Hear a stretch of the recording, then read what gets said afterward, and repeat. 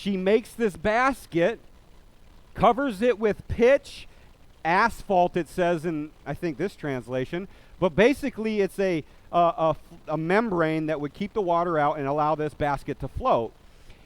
And she puts it in the Nile in the reeds. Now, a lot of interesting things about this basket. This basket was made or covered with the same stuff that Noah's ark was covered in, this pitch. The word for this little basket is teva. It's only used 2 times in the entire Bible, and it's used for the ark, and it's used for this basket. And Moses, the author, would be using that word in order to get those original hearers to draw a line back to they would have immediately thought of the ark as they read this.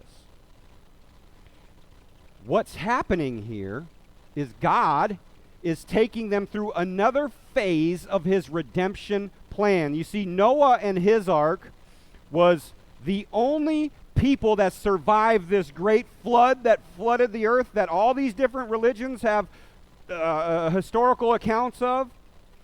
This flood, there was an ark because God told Noah, build an ark, seal it with pitch.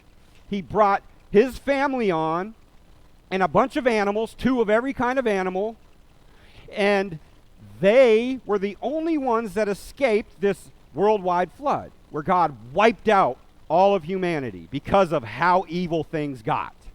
That's one thing, you read the Old Testament and you think, man, is God a genocidal maniac? He's talking about killing all. No, he allows people to reach a certain level of evil on their own, and then he says, okay, that's enough. Okay, and that's what he had done. He had said, this is enough.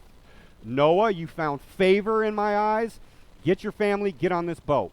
They come out of the boat into new, pristine, untouched land and get to start over. There's no people.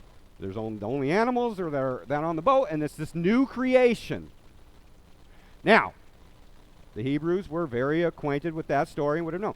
Now when they read this and they think about this ark and they go, Moses, and what is Moses up to then? What is this ark? What is this little tiny ark that Moses is on? Well, what was Moses going to do later in life?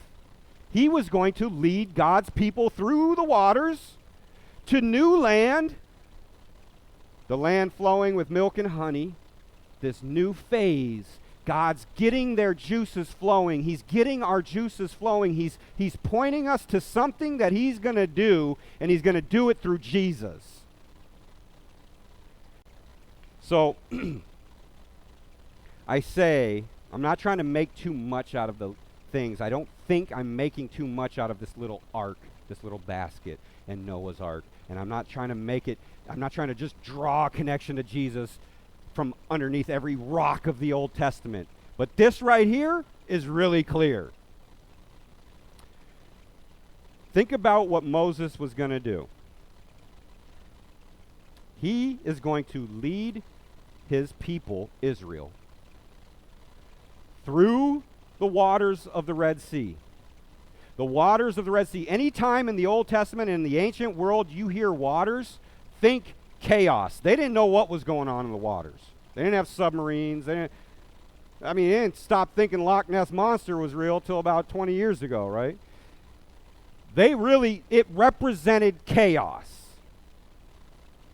Moses takes Israel through this water, this chaos. Even if you didn't have the worldview, the mind state that it represented chaos, when you're walking through walls of water and you're seeing stuff churning around, that's chaos. Moses takes them through the chaos to safe land.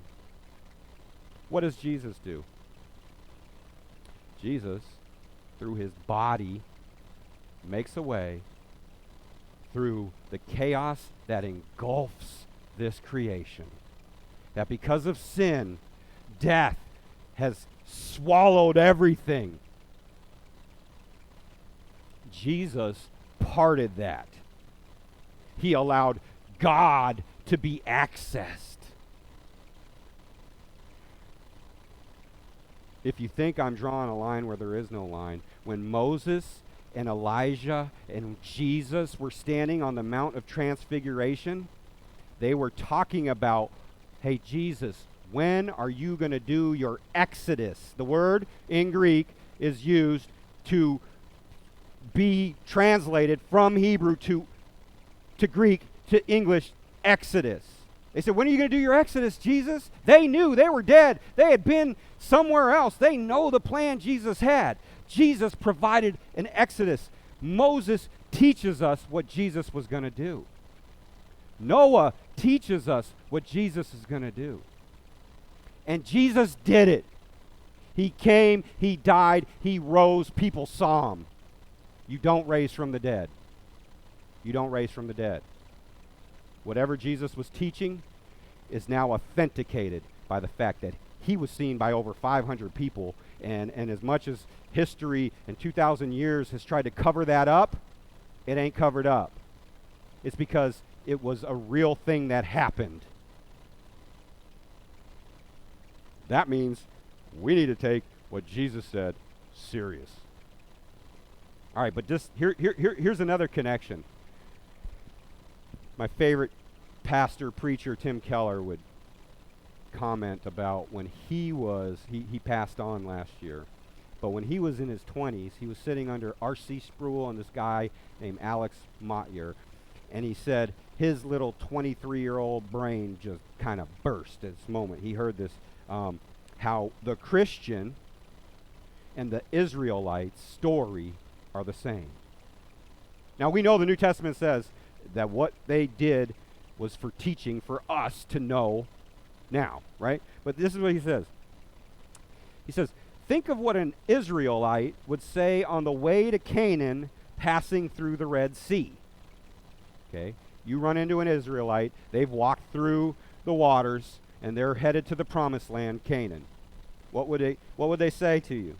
If you asked an Israelite, who are you? He might reply, I was in a foreign land, Egypt, under the sentence of death and in bondage, but I took shelter under the blood of the Lamb. Remember, they slain the Lamb and they put the blood on the doorposts.